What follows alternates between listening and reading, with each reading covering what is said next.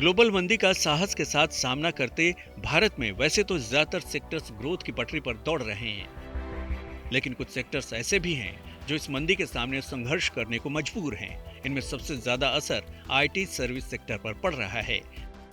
ऐसे में मौजूदा कारोबारी साल यानी 2023-24 में भारतीय आईटी सेवा क्षेत्र के रेवेन्यू में कमी आने की आशंका घरेलू रेटिंग एजेंसी ICRA ने जताई है।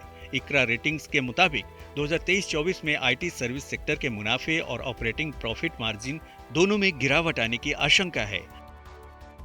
ICRA के अनुमान के मुताबिक आईटी सर्विस सेक्टर की रेवेन्यू ग्रोथ 2022-23 के 9.2% से घटकर 3% रह सकती है।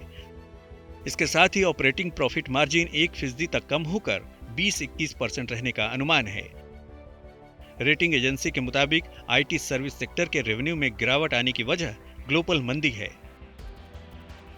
इक्रा के मुताबिक 2022-23 में रेवेन्यू 9.2% था, जो मौजूदा कारोबारी साल में घटकर 3 से 5% रह सकता है।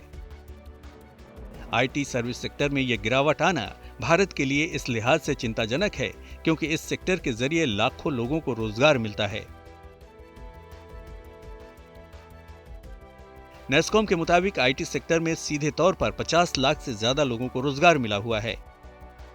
यही नहीं, अब इस सेक्टर में महिलाओं की तादाद भी बीते एक दशक में 30% से बढ़कर 36% हो गई है।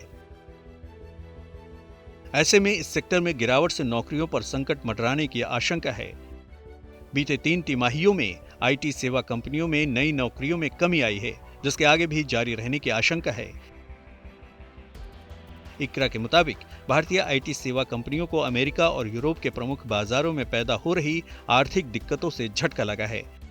इससे अक्टूबर-दिसंबर 2022 से लेकर अप्रैल-जून 2023 के दौरान आईटी सेक्टर की ग्रोथ में कमी आई है। हालांकि इक्रा रेटिंग ने अनुमान लगाया है कि मार्च 2024 तक आर्थिक सुस्ती का असर कम होना शुरू हो जाएगा। इसके बाद विकास की गति में तेजी आने की उम्मीद है।